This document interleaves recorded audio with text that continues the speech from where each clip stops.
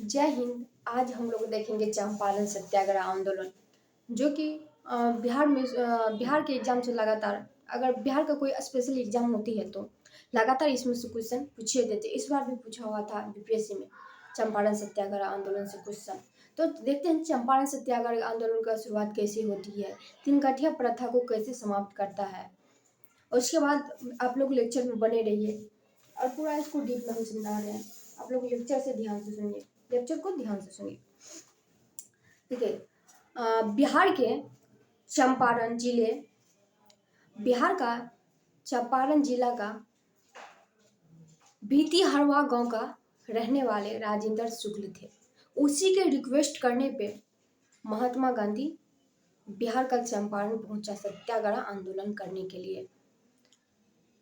तो उसके बाद फिर जब महात्मा गांधी चले, उसके साथ बिहार से डॉक्टर राजेंद्र प्रसाद, अनुनारायण सिन्हा, महात्मा गांधी तीनों जब चंपारण पहुंचे, उसके बाद फिर जब आंदोलन पे बैठे तो कोई डर से उसके पास आ ही न रहा था। जब महात्मा गांधी अनुनारायण सिन्हा को बोला, जाइए जनता को बुला करके लाइए, आंदोलन करना है, डर से जनता नहीं आ रहे थे। क्यों? क्योंकि अभी भी देखिए, अभी भी जैसे पुलिस आ जाता है, देखते हैं कि गाँव का बच्चा सब आदमी सब भाग जाता है। मतलब पहले का जो आदमी सब अभी तो थोड़ा डेवलप हो गया, भाग जाता है। हालांकि मेरे यहाँ पुलिस आ गया तो हम बाथरूम में घुस गए थे, 1 घंटा तक न निकले थे। और क्या होता है कि इतना डर होता था, हालांकि उस टाइम उतना डेवलप भी नहीं था। तो जब महात्मा गांधी जब आंदोलन पर बैठे तो एक दो को जनता आ गई, एक दो को, चार को, 5 को आने लगे, झोला झांटी हाथ में लेकर के बैठे हुए थे। जैसे पुलिस आएगा हाथ में लेंगे, चप्पल जूता दे करके पूरा भागो हो हल्ला करके भागने लगेंगे। पूरा प्लानिंग करके रखा हुआ था पहले से। तो उसका मतलब आंदोलन को शांत करने के लिए तो पुलिस को भेजबन कर, आजकल आंदोलन कहीं प्रदर्शित होता है तो पुलिस भी करता है, मतलब वो हल्ला होता है तो लाठी डंडा करने लगता है। तो पुलिस जैसे आया, महात्मा गांधी हल्ला कर दिया कि हम मेरे सुरक्षा के लिए आए हैं पुलिस। तो पुलिस का नाम लेते हैं तो एक बात और याद आ जाता है। मेरे यहाँ कोई मैटर हुआ था ऐसे, जब पुलिस आए क्या बताएंगे, मतलब वो हंसी भी आ रहा है और बड़ी दुख की बात है। देखिए, दुनिया में कोई भी आपसे अगर ज्यादा जलता है ना, ज्यादा, तो आपका चाचा चाची आपके बहुत ज्यादा आपसे जलता होगा, बहुत ज्यादा। वही इज्जत को धजिया उड़ाता है, चाचा चाची मिल करके। दुनिया में पड़ोसी अड़ोसी से सबसे ज्यादा आपका दियादी जलेगा, आपका रिलेशन का लोग जलेगा। हाँ कि इसका बेटा बेटी आगा बढ़ जाएगी तो हम लोग का बोलने का मुंह नहीं रहेगा, पूरा धजिया इज्जत का उड़ा देता है। इसी टाइम में जब हम इंटर में पढ़ रहे थे तो हाँ, मेरे पापा को बोले कि हाँ आप बेटी को पढ़ा रहे हैं, बेटे को पढ़ाने से क्या होता है, कौन सा आपका बड़का डीएम बन जाएगी बेटी, इससे अच्छा बेटा को पढ़ाइए। तो मेरा मम्मी, अरे मेरी मम्मी जो है ना जरा बहुत हिम्मत वाली है, और ऐसे मम्मी को तो मैं बार बार सैल्यूट करती हूँ। भगवान हम तो यही मांगते हैं सब दिन, जितना भी उम्र मेरा बचा हुआ उतना मम्मी को दे दीजिए भगवान। बहुत मैंने जी दिए हैं, थोड़ा मम्मी के लिए भी अब उम्र दे दीजिए मेरी, जितना बचे हुए हैं। और यह भगवान से प्रार्थना करती हूँ मैं, हे भगवान, हाय हे अल्लाह, अगर मेरी जितनी बार आप जन्म जीतिएगा तो हर जन्म में मेरी यही माँ चाहिए। यही माँ मेरी माँ नहीं, ये भगवान है मेरे लिए, भगवान। ये माँ नहीं रहती तो आज मेरा लेक्चर आप लोग नहीं सुन पाते। इतना हिम्मत है शायद पृथ्वी पर, हमको लगता नहीं है। भगत सिंह के माँ जो थी और मेरी माँ बराबर है, उसका भी माँ उतनी हिम्मत वाली थी, और मेरा भाई, दोनों को तुलना करते हैं।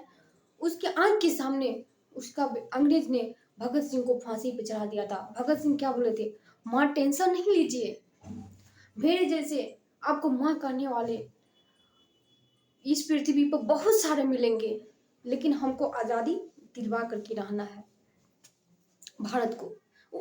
आंख के सामने में उसकी माँ के, भगत सिंह माँ के सामने भगत सिंह को फांसी दिया। और माँ बोले माँ आप जाइए मेरे सामने, आप रहिएगा, आप रोइएगा, हमको भी रुला जाएगा। तब बर्दाश्त नहीं हुआ, उसकी मम्मी चली गई।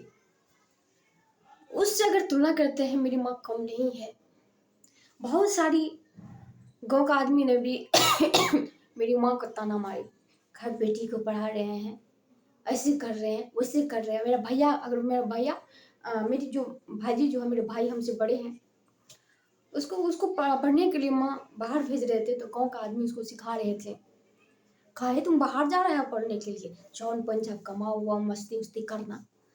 उस टाइम में देखिए नौजवान, मतलब एक 16-17 साल में जो आता है ना, एक जुनून जोश होता है। हाँ, मेरी माँ आधी मेरे भैया आए, मेरी माँ को बोले हमको पढ़ना उड़ना नहीं है, अब हम जा रहे हैं पंजाब। मेरी माँ बोली कि ना किए करे छी, पढ़े लियो तो पढ़ ना, हमरा जतऽ से जे ततऽ से तोरा हम पढ़ेबो। तो मेरे भैया बोले तोरा पैसा छो हमरा पढ़ेबी, नहीं छो पैसा। तो मेरे माँ बोले हम नहीं पढ़ाएंगे तुमको, तुम पढ़ो ना, क्योंकि उसको सिखाने वाले कौन थे, दुनिया का कोई दूसरा आदमी नहीं है थे, मेरी चाचा चाची। अगर मेरे लेक्चर को सुनते, अगर सुनेंगे ना, वो सुनते होंगे तो खून खोलते होंगे। सबसे ज्यादा दुनिया में ताना मारने वाले दोस्त होते तो चाचा चाची, दुनिया इज्जत को धजिया उड़ा देता है। मेरा भैया को वही, उसके बाद मेरे भैया को समझाए बुझाए, 12th पास किए। मेरे भैया मैट्रिक जब पास किए, उसके बाद 12th में बाहर भेजे मम्मी। तो थोड़ा बाहर जाते हैं तो आदमी को दिमाग खुल जाता है ना, तो दिमाग ऐसे खुल गया, डेवलप हुआ और आए तो उसके बाद कुछ नहीं बोल रहे थे। गांव का आदमी की तरफ को देखियो नहीं रहे, देखो नहीं कर रहे थे, हाँ क्या है वो सब नहीं है। अरे जो पैदा किया उसको पढ़ाने का हिम्मत नहीं है क्या? मेरी माँ ने शायद इतनी बड़ी, मेरी आज मेरा पीजी फाइनल होने वाला है, शायद मेरी लाइफ में इतना हम लोग पहने होंगे 5-6 हज़ार का कपड़ा, लेकिन मेरी माँ ने आज तक 500 का साड़ी नहीं पहनी होगी। शायद हम झूठ नहीं बोल रहे हैं, आप लोग कहिएगा झूठ बोल रहे हैं, हम झूठ नहीं बोल रहे हैं। अभी तक हमको जब से ठिकाना हुआ तब से मेरी माँ 500 का साड़ी नहीं पहनी, नहीं पहनी 500 का। दूसरे को दे दिए, लेकिन वो मतलब कोई गेस्ट उस्ट आते थे, वो कहीं से पैसा नहीं था, कर्जा उर्जा लेकर के दे देते थे, लेकिन मेरी माँ अपना नहीं पहनी। क्यों? क्यों? मेरी दोस्त, मेरी माँ को पहनने का शक नहीं थी, मेरी माँ को 10,000 जेवर का पहनने का शक नहीं थी। अपना बेटा बेटी को पढ़ाने के लिए और अपना सपना को पानी में बहा दिया, आग में चला दिया, आग में। उतना मेरा पापा हिम्मत वाला नहीं है जितना मेरी माँ है, उतना मेरी माँ है हिम्मत वाले। उस माँ के लिए मैं क्या करूं क्या नहीं करूं। अगर 12th में अगर तो देखिए आज हम 2-4 मिनट हम टाइम लेना चाहेंगे, शायद ये लेक्चर से आपका जिंदगी सुधार सकता है किसी। हाँ, 2 लाइन सुनने से जिंदगी सुधर भी सकता है। तो जब हम 12th में पढ़ रहे थे तो गांव का आदमी, मेरा चाचा चाची बोले कि इसका बेटी को हम पढ़ने नहीं देंगे। नहीं, बेटी को पढ़ाती है, मेरा इज्जत कहाँ रहेगा हम लोग का। अरे बाबा, बेटी को पढ़ा रहे हैं तो हम बेटी तो भागल नहीं जा रहे हैं जी। हाँ,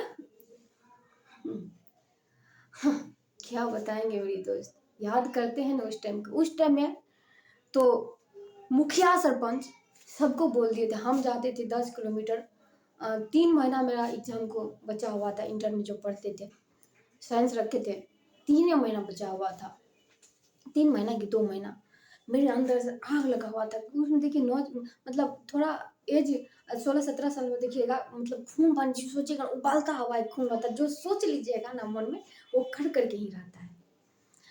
तो हम पापा को इतना ही बोल रहे थे, पापा हम जाएंगे पढ़ने के लिए जाएंगे, पापा हमको पढ़ेल दो, हमरा पढ़ेल दो, हम पढ़ेंगे, हमरा पढ़ेल दो पापा, हम पढ़ेल दो, इतना ही बोल देते पापा को। माँ हमरा पढ़ेल देना, हमरा नानसा ना पढ़ेला।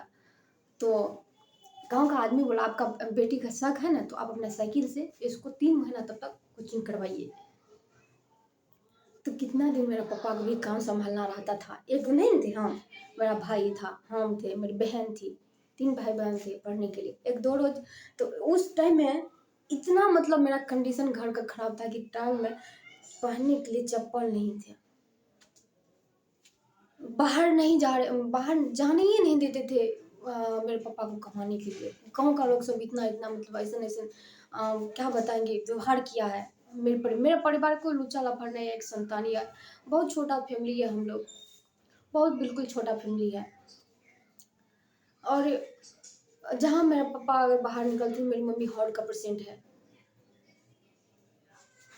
उस टाइम में कैसे पापा बाहर भी जाते भाजी हॉस्टल में पढ़ रहे थे, उसको हॉस्टल से ला लिया, बाहर से ला लिया, इतना कंडीशन खराब थी। तो साइकिल से एक आदमी किया हम गए चप्पल मांगने के लिए। तो बोले हम उसको कि चप्पल दीजिए ना, हम जा रहे हैं पढ़ने के लिए। चप्पल तो था उस आदमी के पास, लेकिन वो हमको चप्पल नहीं दी। आए वहाँ से रोते रोते, तो मन में यही होता था कि आज खैर चप्पल नहीं है तो बिन चप्पले का हम चले जाएंगे। एक बात में हमको याद आ जाता था, हम जहाँ पढ़ते थे 10th में, तो वहाँ सर बोले थे कि पाकिस्तान की एक लड़की थी मलाला यूसुफजई, पूरा पाकिस्तान के आदमी उस पर रोक लगा दिया। उस लड़की में हिम्मत थी कि वो लड़की गई पढ़ने, बोला कि पाकिस्तान का आदमी बोला कि किसी को पाकिस्तान कोई भी लड़की अगर पढ़ने जाएगी उसको गोली से मार दिया जाएगा। उस लड़की में इतना हिम्मत थी। देखिए कहते हैं लड़की को कि लड़की किसी के घर में पैदा है, किसी को घिना आते, कोई लड़की पर कमेंट कर रहे थे, भाई कमेंट नहीं करना है। अगर लड़की नहीं होगी तो इतना जनसंख्या कहाँ से होगी। बिल्कुल ही कमेंट नहीं करना है भाई, लड़की पे बिल्कुल ही कमेंट नहीं करना है। तो अगर वो लड़की पाकिस्तान का मलाला यूसुफजई जो पढ़ने निकली, तो सही में उसको गोली मार दिया गया था, ताकि देखिए कितना हिम्मत वाली लड़की थी। पूरा पाकिस्तान में कि डर से कोई लड़की नहीं गई पढ़ने के लिए, वही एक लड़की थी जो निकल गई पढ़ने के लिए, निकल गई। उसके बाद उसको क्या होता है, गोली से मार देता है, गोली से बेचारी लेकिन बच जाती है। उसको पुरस्कार भी मलाला, सबसे कम उम्र में पुरस्कार पाने वाली मलाला यूसुफजई, जनरल नॉलेज में आप पढ़ते होंगे, जीके में, करंट अफेयर में। और हिम्मत, उस लड़की का हिम्मत को मैं सैल्यूट करती हूँ।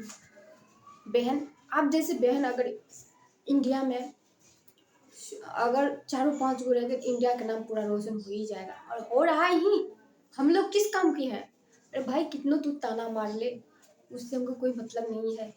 जो सपना है वो तो मेरा पूरा करके ही रहूंगी, चाहे कितनों भी कोई कुछ सोच ले। वही बात मेरी माइंड में नाचता था। आज चप्पल नहीं है, आज चप्पल नहीं है तो क्या होगा, चलिए जा रहे हैं पढ़ने के लिए। पापा साइकिल पर बढ़ते थे, पापा साइकिल चलाते थे। गाँव घर का आदमी हंस करके ताना मारते थे, देखो ना फल्ला बेटी के ला जाए छे पढ़बे ला, बाप साइकिल से ला जाए छे। वैसे ऐसे थूक फेंकते थे देख देख करके, पागल तक बोलने लगे हमको, पागल बोलते थे, कमीना बोलते, पागल कमीनी है, नहीं ऐसे बोलते थे, फल्ला की बेटी कुछ नहीं समझती है, वो पागल हो गई है। एगो पजामा यहाँ से लेती है, एगो यहाँ से चलती है, पागल हो गई, उसका बेटी तो कुछ समझ में करती है। लेकिन मेरे माइंड में ये नहीं चलता था कि दुनिया क्या बोल रहा है। मेरे माइंड में एनी टाइम ये चलता था कि आखिर हमको करना क्या है, किस तरह से एग्जाम हमको क्रैक करना है। ये भी नहीं सोचते थे कि हमको फर्स्ट डिवीजन लाना है, सेकंड डिवीजन, सिर्फ हमको पास करना है एग्जाम किसी तरह से।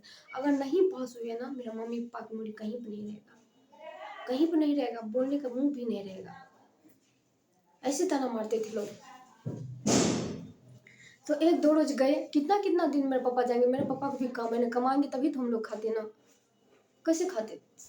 तो ना तब क्या, पापा को तो बहुत डर हो रहा था। हम पापा को बोले, पापा कितना दिन आप जाइएगा, लाइए साइकिल लाइए। साइकिल भी नहीं था, दूसरे के साइकिल से जा रहे थे, दूसरा कोई साइकिल भी नहीं दे रहा था, जबरदस्ती कितना पैर हाथ पकड़ कर साइकिल लाते थे।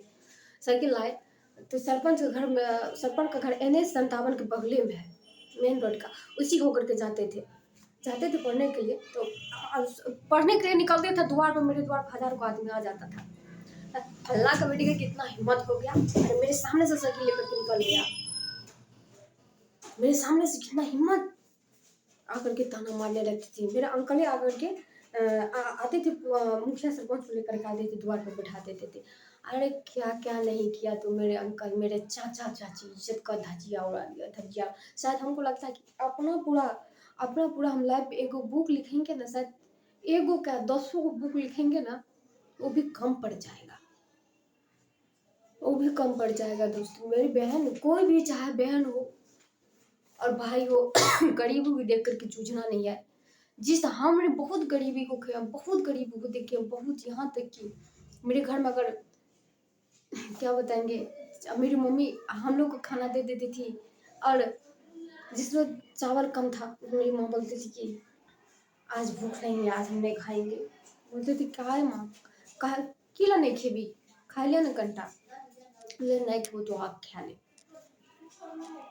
इस कंडीशन में मेरी माँ ने हम लोग को अति की है। उसके बाद चल के हम लोग दोस्तों दूसरा रोज सुनेंगे, बहुत कहानी आज सुन रहे हैं। और यह बहुत कहानी हम लोग आज सुन लिए, तो मौका मिलेगा तो किसी दूसरा रोज और सुनाएंगे। और मेरे अंदर एक ही है, मेरा लक्ष्य चलता है अभी तो यूट्यूब पर वैसे हम लोग दे रहे हैं, वीडियो अभी चला रहे हैं। एक ही मेरा लक्ष्य है, जितना जितना गरीबी से हम जूझे हैं ना, उतने गरीब के बच्चा अभी लाखों करोड़ों है इंडिया में और बिहार में है ना। एक से एक गरीब बच्चा को पढ़ने का मौका मिले, पढ़ने का मौका मिले, और ये पढ़ करके नाम रोशन करे अपना, ताकि यहाँ तक इतना भी पढ़ लेगा कि अपना कमा उमा करके खा सकता है, कमी कंपनी वंपनी में काम कर करके। बहुत गरीबी है अभी भी। मेरे यूट्यूब हम लोग तैयारी प्लानिंग कर रहे हैं, यूट्यूब पे लगातार, और सिलेबस बाय सिलेबस क्लास हम लोग को फ्री रहेगा, फ्री रहेगा हम लोग का सिलेबस बाय सिलेबस। जितना गरीब के बच्चा हम लोग फ्री पढ़ सकते हैं, फ्री पढ़ सकते हैं, फ्री सिलेबस बाय सिलेबस हम क्लास देंगे, आप लोग फ्री पढ़ सकते हैं। चलिए हम लोग आते हैं दूसरा और सुनेंगे।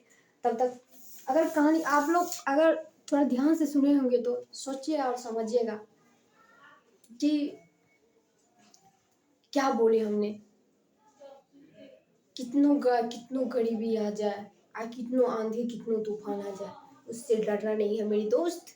जो ठान लिए हैं ना, ठान लिए हैं, चाहे खाने के लिए एक रोज नहीं रहेगा ना, तो अपना कलम हम नहीं छोड़ेंगे।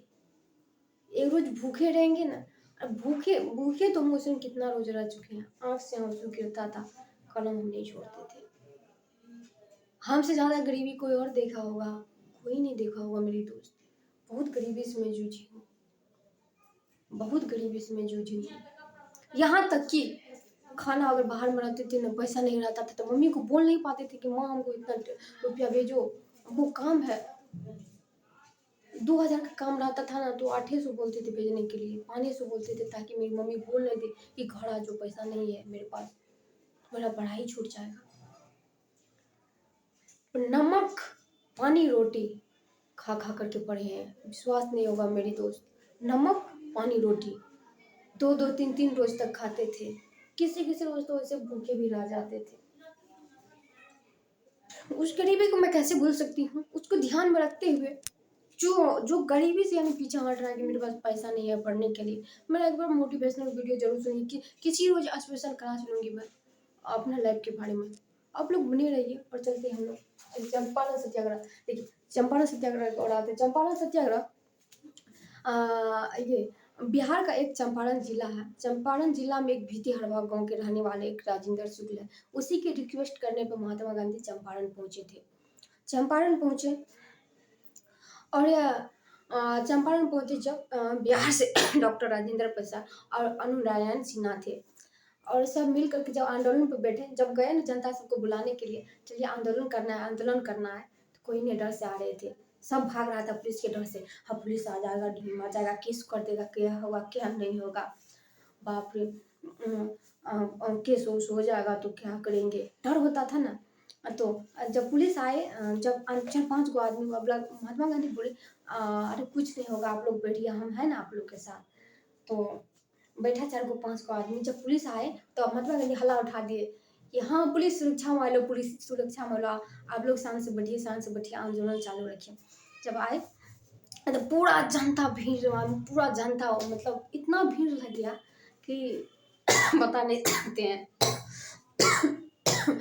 उसके बाद उसके बाद जब महात्मा गांधी जब आंदोलन पर बैठे हुए थे, डीएम ने एक खत भेजा था, तो महात्मा गांधी क्या बोले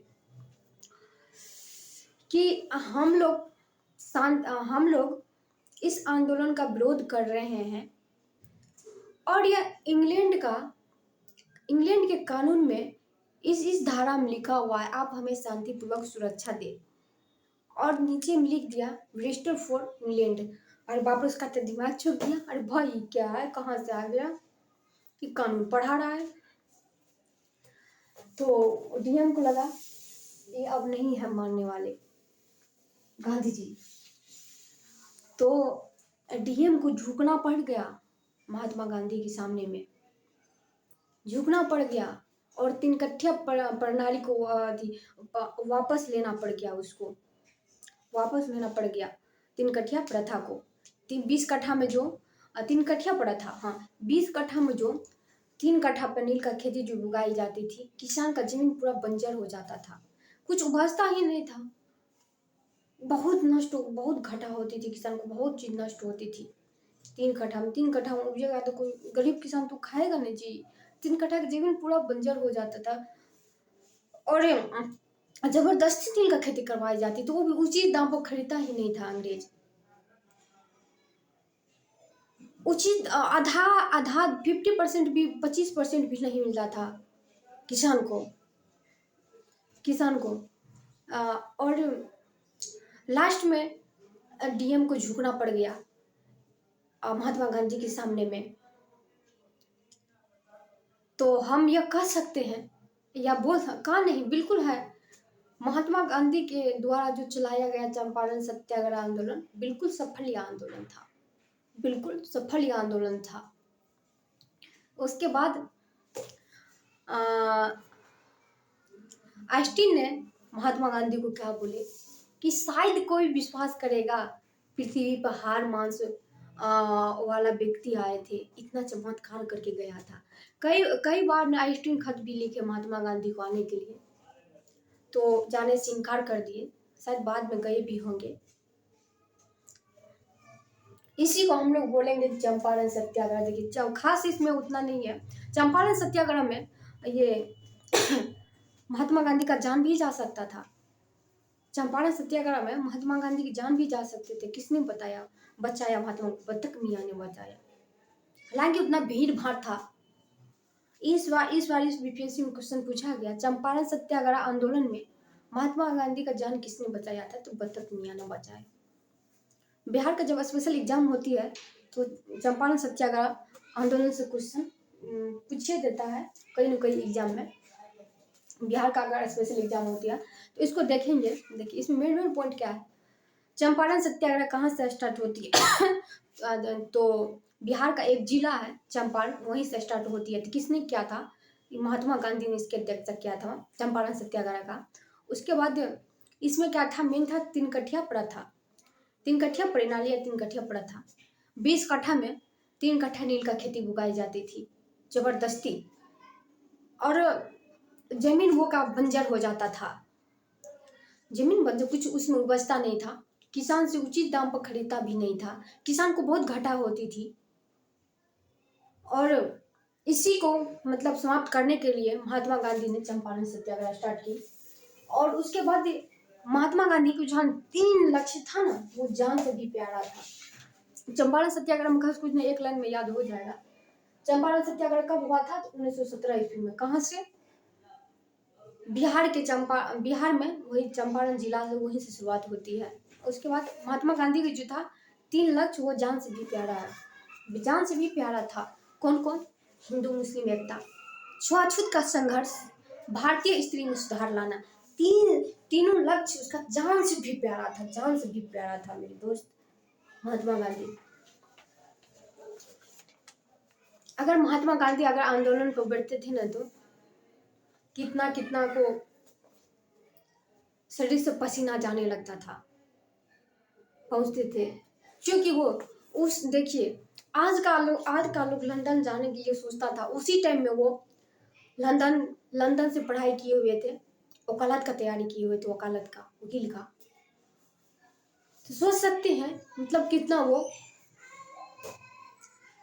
ज्ञानी आदमी होंगे। एक उसमें मतलब ये था, ये गुण उसमें बहुत अच्छा था, मतलब कोई हड़बड़ा करके कुछ वो नहीं करता था, सोच समझ करके करता था।